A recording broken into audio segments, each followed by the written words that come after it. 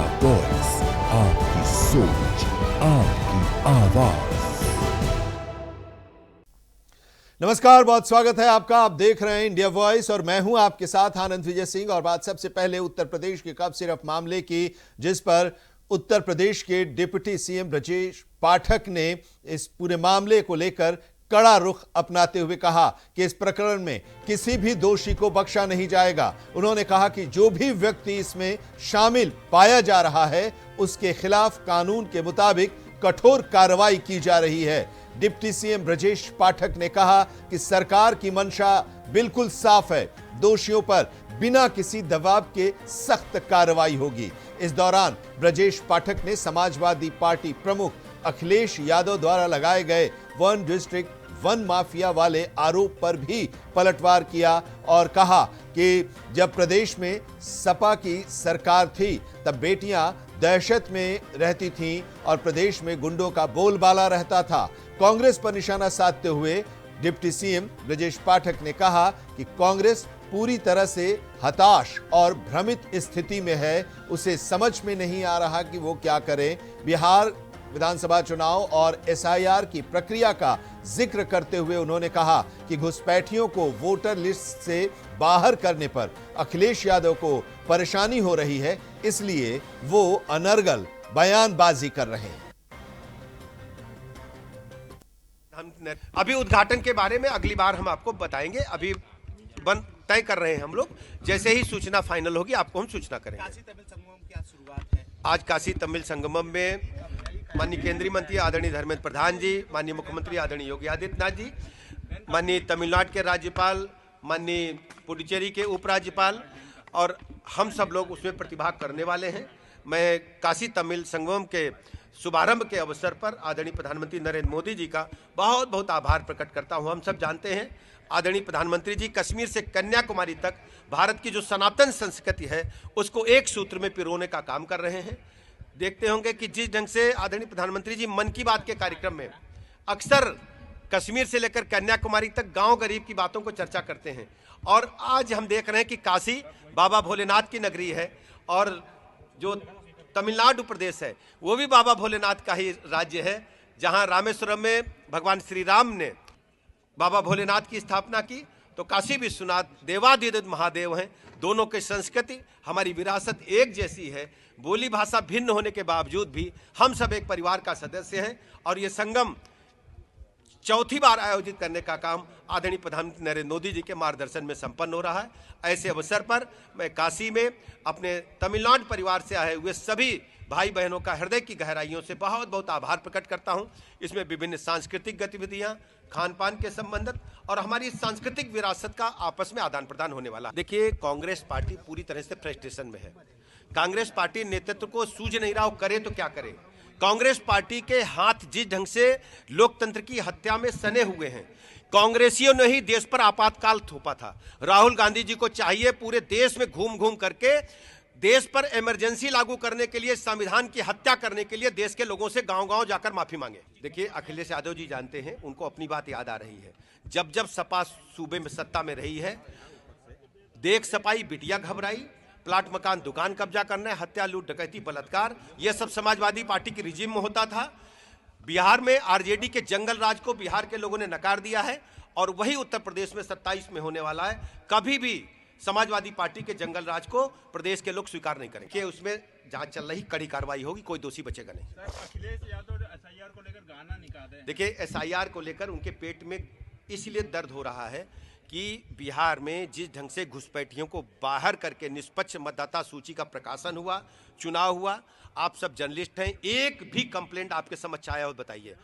भारत निर्वाचन आयोग निष्पक्ष पारदर्शिता के साथ मतदाता सूची का निर्माण कर रहा है और हम सबका दायित्व है, पुनीत दायित्व है कि भारत के नवनिर्माण में भारतवासियों का ही हाथ हो, घुसपैठिए निकाले जाएं, ये हम सबका सामूहिक दायित्व है।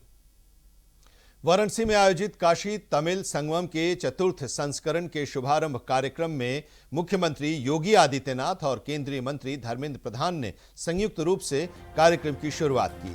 काशी तमिल संगमम 4.0 के इस उद्घाटन समारोह में सांस्कृतिक विरासत और उत्तर दक्षिण के ऐतिहासिक संबंधों पर विशेष जोर दिया गया। कार्यक्रम के दौरान एक विशेष उपलब्धि पर भी सबकी निगाहें टिकी रहीं। महाराष्ट्र के 19 वर्षीय वेद मूर्ति देवव्रत महेश रेखे ने 200 वर्षों बाद दुर्लभ परंपरा को पुनर्जीवित करते हुए मात्र 50 दिनों में 2000 वेद मंत्रों का दंडक्रम पारायण पूरा किया। इस अद्वितीय आध्यात्मिक साधना और मेहनत के लिए मुख्यमंत्री योगी आदित्यनाथ ने उन्हें मंच पर सम्मानित किया। युवा वेद पाठी की इस उपलब्धि ने समारोह में उपस्थित सभी लोगों का ध्यान आकर्षित किया और काशी की पवित्र धरती पर ज्ञान संस्कृति के इस संगम को और भी विशेष बना दिया। वाराणसी में आयोजित काशी तमिल संगमम के चतुर्थ संस्करण के शुभारंभ कार्यक्रम में पहुंचे मुख्यमंत्री योगी आदित्यनाथ और केंद्रीय मंत्री धर्मेंद्र प्रधान। आदरणीय प्रधानमंत्री श्री नरेंद्र मोदी जी के मार्गदर्शन में काशी तमिल संगमम का यह चतुर्थ संस्करण का आयोजन एक भारत श्रेष्ठ भारत की उस संकल्प को सुदृढ़ करने वाला और जीवंत बनाने वाला है, जो प्रधानमंत्री जी ने आजादी के अमृत महोत्सव वर्ष के अवसर पर देशवासियों को दिया था। काशी और तमिल के पुराने संबंध के केंद्र में भगवान शिव हैं। इस संबंध सेतु को आदि शंकराचार्य जी ने भारत के चारों कोनों में पवित्र पीठ स्थापित कर आगे बढ़ाया। उत्तर प्रदेश में आपका यह प्रवास काशी की शिव भक्ति, प्रयागराज का पवित्र संगम और अयोध्या में धर्म ध्वजा आरोहण के उपरांत प्रभु श्री राम का दिव्य दर्शन अद्वितीय आध्यात्मिक सौभाग्य प्रदान करने वाला होगा। वाराणसी के नमो घाट पर आयोजित तमिल संगमम कार्यक्रम के दौरान मुख्यमंत्री योगी आदित्यनाथ की सुरक्षा में बड़ी चूक देखने को मिली। कार्यक्रम पूरी तरह से चल रहा था और इसी दौरान अचानक भीड़ से एक युवक लड़खड़ाता हुआ सुरक्षा घेरे की ओर बढ़ा। प्रत्यक्षदर्शियों के मुताबिक वो शराब के नशे में था और बिना किसी रोक टोक के सीधे मुख्य मंच की तरफ दौड़ पड़ा। स्थिति को समझते हुए सुरक्षा में तैनात कमांडो सतर्क हो गए। जैसे ही युवक मंच के करीब पहुंचा, एक कमांडो ने उसे पकड़ लिया और इसके बाद अन्य सुरक्षाकर्मी भी मौके पर पहुंचे, युवक को काबू में किया। सुरक्षित रूप से मंच क्षेत्र से उसे बाहर ले जाया गया। इस घटना के चलते कार्यक्रम में मौजूद लोगों के बीच कुछ देर तक अफरा तफरी का माहौल भी बन गया, लेकिन सुरक्षा की टीम की तत्परता से स्थिति जल्द ही सामान्य हो गई और कार्यक्रम जारी रहा।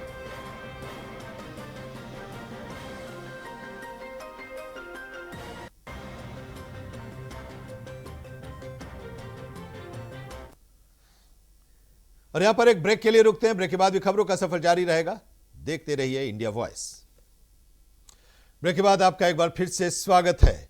संभल में एक बार फिर इनकम टैक्स डिपार्टमेंट की तरफ से कार्रवाई हो रही है और इस कार्रवाई ने हलचल मचा दी है। मंगलवार सुबह इनकम टैक्स डिपार्टमेंट की टीम ने भारी पुलिस फोर्स के साथ मीट कारोबारी से जुड़े मैनेजर के घर पर अचानक रेड की। राय सत्ती थाना क्षेत्र के चमन सराय स्थित आवास पर की गई यह छापेमारी करीब 3 घंटे से तक जारी रही।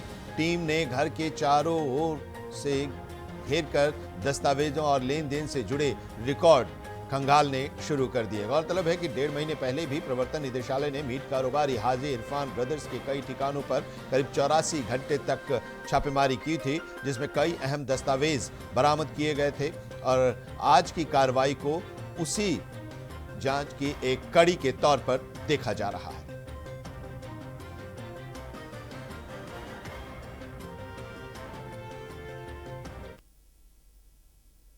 बरेली में 26 सितंबर के बवाल के बाद प्रशासन की सख्ती अब दिखाई देने लगी है।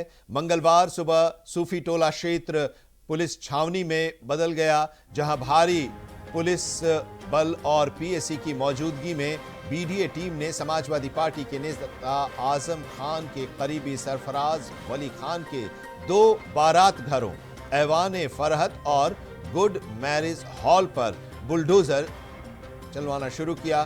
बुलडोजर के पहुंचते ही वहां जो महिलाएं थीं वो रोने लगीं, कार्रवाई रोकने की गुहार लगाने लगीं, लेकिन टीम ने हॉल खाली कराकर ध्वस्तीकरण शुरू कर दिया। दोनों बारात घरों को 2011 में ही अवैध घोषित कर दिया गया था और ध्वस्तीकरण का आदेश भी जारी कर दिया गया था। अब बवाल में नाम सामने आने के बाद अब इसे लागू किया गया है। जांच में आरोप था कि कुछ रसूखदारों ने भीड़ जुटाने और सुविधाएं देने में भूमिका निभाई थी। पुलिस फोर्स मिलने के बाद अब कार्रवाई तेज हुई है। ज्वाइंट सेक्रेटरी दीपक कुमार ने बताया कि इमारतें बिना मानचित्र स्वीकृति के ही बनाई गई थीं। एसपी सिटी मानुष पारिक ने कहा कि अवैध निर्माण पर कानून के मुताबिक कार्रवाई की जा रही है। बरेली में 26 सितंबर के बवाल के बाद प्रशासन की सख्ती अब धरातल पर दिखाई देने लगी।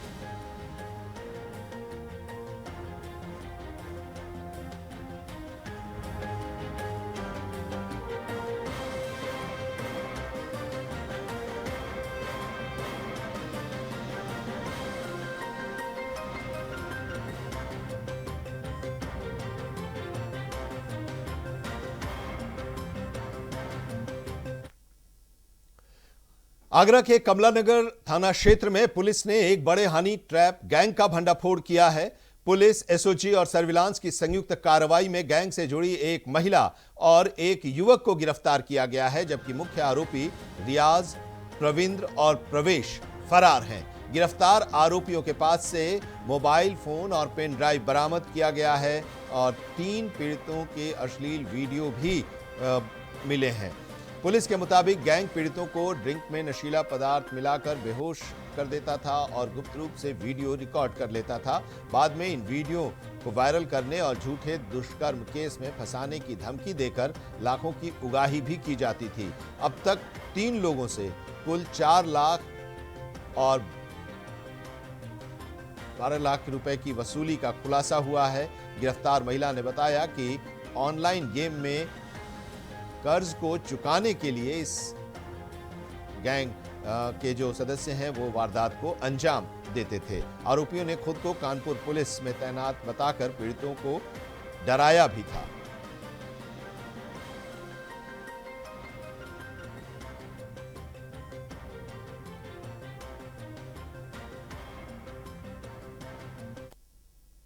देखिए, कुछ दिनों पहले हम लोगों को एक सूचना प्राप्त हुई थी कि कुछ व्यक्ति एक महिला को आगे खड़ा करके एक इन्होंने इस तरह से गैंग बना रखा है जो कि लोगों का सेक्सटॉर्शन लोगों से करते हैं और एक बार जब वो इस ट्रैप में आ जाते हैं तो ट्रैप में आने के बाद उनसे पैसे की उगाही करते हैं।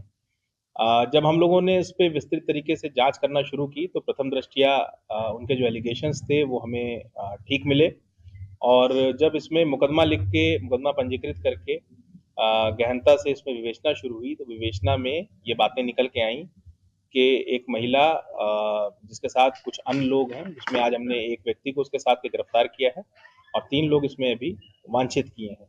वो लोग गैंग बनाकर इस तरह का कृत्य करते थे, जहां पर पहले लोगों को आइडेंटिफाई करते थे। आइडेंटिफाई करने के बाद उनके नंबर पर पहले एक मिस कॉल जाती थी। मिस कॉल जाने के बाद जब वो उस पर बैक कॉल करते थे तो बैक कॉल करने पे उनको किसी पर्टिकुलर स्थान पे आके उनको किसी होटल में ले जाकर अलग अलग तरीके से वीडियो बनाई जाती थी और बाद में उन वीडियो के एवज में उनको डरा के धमका के कि यदि आप इतना पैसा नहीं दोगे तो आपके खिलाफ हम मुकदमा लिखाएंगे और मुकदमा लिखा के फिर आपको जेल भिजवाएंगे। इस तरह का कृत्य किया जाता था।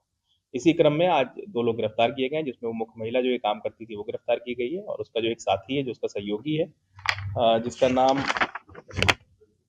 गणेश, इसको गिरफ्तार किया गया है। बाकी इसमें 3 लोग जिनका नाम रियाज, प्रवेंद्र, प्रवेश है, ये वांटेड हैं। इनको भी विवेचना में आगे इनकी गिरफ्तारी की जाएगी।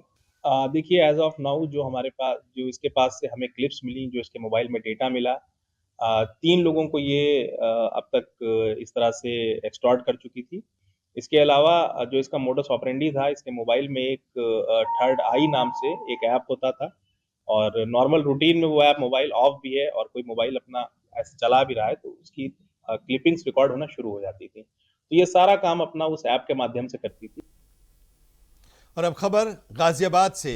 गाजियाबाद के थाना विजयनगर इलाके की पुलिस ने टैक्सी ड्राइवर हरिराम की हत्या का खुलासा कर दिया है। हरिराम का शव उसकी स्विफ्ट डिजायर टैक्सी गाड़ी में पीछे की सीट पर मिला था। गोविंदा और शनि ने 11 वर्षीय बच्चे का अपहरण करने की योजना बनाई थी, जिसके लिए उन्हें चोरी की गाड़ी की जरूरत थी। हरिराम की गाड़ी चोरी करने के लिए उन्होंने उसकी गाड़ी 3200 रुपए में बुक की थी। जब हरिराम गाड़ी से लेकर उन्हें चला तो उन्होंने उसकी हत्या कर दी और शव को गाड़ी में ही रखकर बच्चों के अपहरण के लिए वो पहुंच गए। जब बच्चा स्कूल नहीं पहुंचा तो थाना विजयनगर क्षेत्र में अंतरिक्ष बिल्डिंग के सामने गाड़ी और शव को छोड़कर मौके से फरार हो गए। चौंकाने वाला हत्या का खुलासा किया है, जिसके तहत 2 अभियुक्त गिरफ्तार किए गए हैं। क्या है पूरा मामला, एसीपी रितेश त्रिपाठी जी हमारे साथ हैं। किस तरह से इस पूरे मर्डर को अंजाम दिया गया था, पुलिस को कैसे शक हुआ कि ये जो पकड़े गए अभियुक्त, इनकी गिरफ्तारी पे कैसे संदेह हुआ है? देखिए 20 नवंबर को जो विजयनगर का से मेरठ एक्सप्रेस वे गुजर रहा है, वहाँ एक स्विफ्ट कार में एक डेड बॉडी की सूचना मिली थी और इसके बाद हमने इसको तत्काल ही ट्रेस आउट करना शुरू किया। तो ये पता चला कि इस कार का ओनर हरिराम पोद्दार नाम का व्यक्ति है और उसी की डेड बॉडी उस गाड़ी में थी। आगे जब हमने और ट्रेस आउट किया तो ये पता चला कि उस दिन ही सुबह दिल्ली के नजफगढ़ से इस गाड़ी को 2 व्यक्तियों गोविंद और सनी ने ऑफलाइन मोड में हायर किया था और फिर उसके बाद ये गाड़ी मेरठ एक्सप्रेसवे की तरफ चल रही थी और बीच रास्ते में ही कहीं पर लूट के उद्देश्य से इन्होंने दोनों व्यक्तियों ने जो कार चालक था उसकी गला घोंटकर हत्या कर दी। आगे जब और चीज़ें इसमें निकल कर सामने आई तो ये पता चला कि इन दोनों व्यक्तियों का जो मोटिव था वो दिल्ली के नजफगढ़ में ही एक स्कूल के एक बालक की किडनैपिंग करने का था और उसी के लिए ये गाड़ी ये लोग चाहते थे। और इसके बाद जब ये वापस उस बच्चे की किडनैपिंग करने के लिए वहाँ पहुँचे हैं तो उस दिन सौभाग्यवश वो बच्चा स्कूल नहीं गया था, तो उस कारण से ये अपनी जो प्लानिंग थी उसको एग्जीक्यूट नहीं कर पाए और जब इनकी ये प्लानिंग एग्जीक्यूट नहीं हो पाई तो वापस इन्होंने गाड़ी समेत बॉडी को यहाँ विजयनगर के मेरठ एक्सप्रेसवे पर लाकर डंप कर दिया था। तो इस तरह से एक बच्चे का अपहरण होने से भी बचा है। थाना विजयनगर पुलिस का ये खुलासा है। तो पुलिस को शक कैसे हुआ कि यही व्यक्ति हैं? इसको ट्रेस करने के लिए क्या पुलिस ने अपनाया? देखिए ये एक ब्लाइंड ही केस था हमारे पास, क्योंकि इसमें जहाँ से गाड़ी हायर की गई वहाँ कोई सीसीटीवी फुटेज हमें नहीं मिल पाया था। साथ में जहाँ पर मर्डर किया गया वहाँ भी कोई फुटेज नहीं थी। जहाँ बॉडी और कार डंप की गई वहाँ भी कोई फुटेज नहीं थी। तो ये श्योर नहीं हो पा रहा था कि किन लोगों ने इस गाड़ी को हायर किया और किस मोटिव से कार चालक की हत्या की गई। फिर हमें सर्विलांस पर, मैनुअल इनपुट पर और जहाँ जहाँ हमें फुटेज अवेलेबल हो पा रही थी उन सभी पर काफ़ी मेहनत करनी पड़ी है और उसके बाद ये निकल कर आया कि इसमें ये गोविंद और सनी नाम के व्यक्ति थे जिन्होंने कार को हायर किया था और बाद में उनका जब आगे उन्हें पूछताछ की तो उन्होंने कबूला कि हाँ उनका मोटिव क्या था और किस पर्पज से उन्होंने उस व्यक्ति की हत्या की। तो ये मान सकते हैं कि गाजियाबाद के थाना विजयनगर इलाके में गाड़ी डंप की गई थी, इसलिए केस जो है विजयनगर के खाते में आ गया और खुलासा कर दिया गया। हाँ, डायरेक्टली इसका विजयनगर से कोई कनेक्शन नहीं था, पर चूंकि डेड बॉडी हमारे क्षेत्र में मिली थी तो इसे वर्कआउट हमें करना था और वो हमारी टीम द्वारा किया गया। क्या पुलिस को लगता है कि और भी कोई शामिल हो सकता है?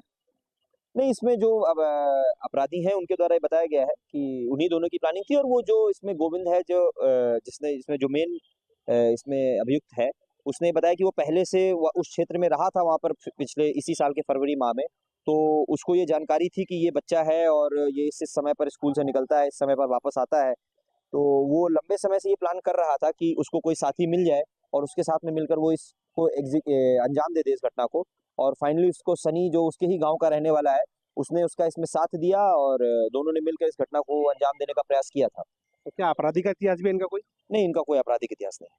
तो देखिए बिना आपराधिक इतिहास के ही ऐसे ऐसे अभियुक्त हैं जिन्होंने इस पूरे मामले को अंजाम दिया है, जिसे गाजियाबाद के थाना विजयनगर पुलिस ने बड़े ही तरीके से, शानदार तरीके से खोल कर इसका खुलासा किया है। और एक बच्चे की अपहरण होने से भी इसमें बड़ी सौभाग्यवश बच गया कि वो इसमें अपहरण में शामिल हो जाता तो बड़ी एक वारदात को घटना ये लोग दे देते।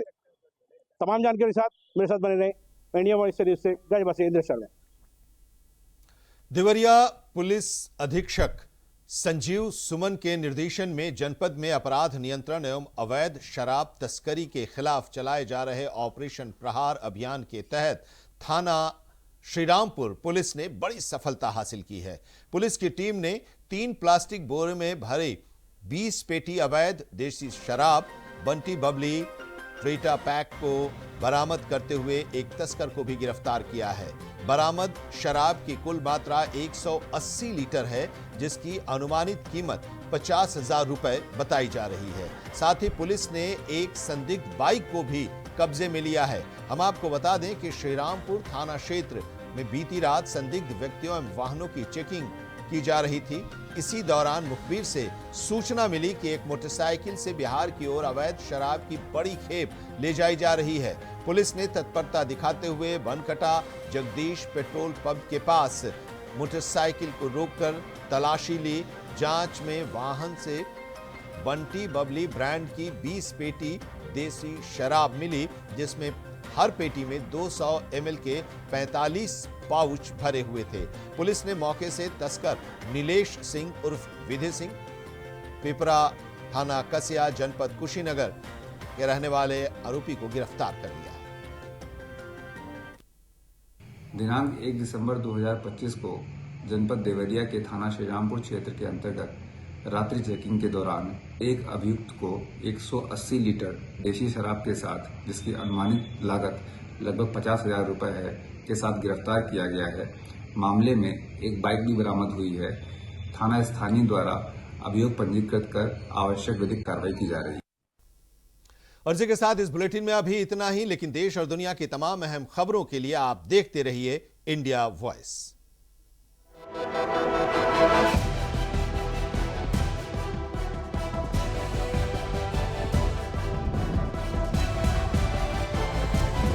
इंडिया वॉइस, आपकी सोच, आपकी आवाज।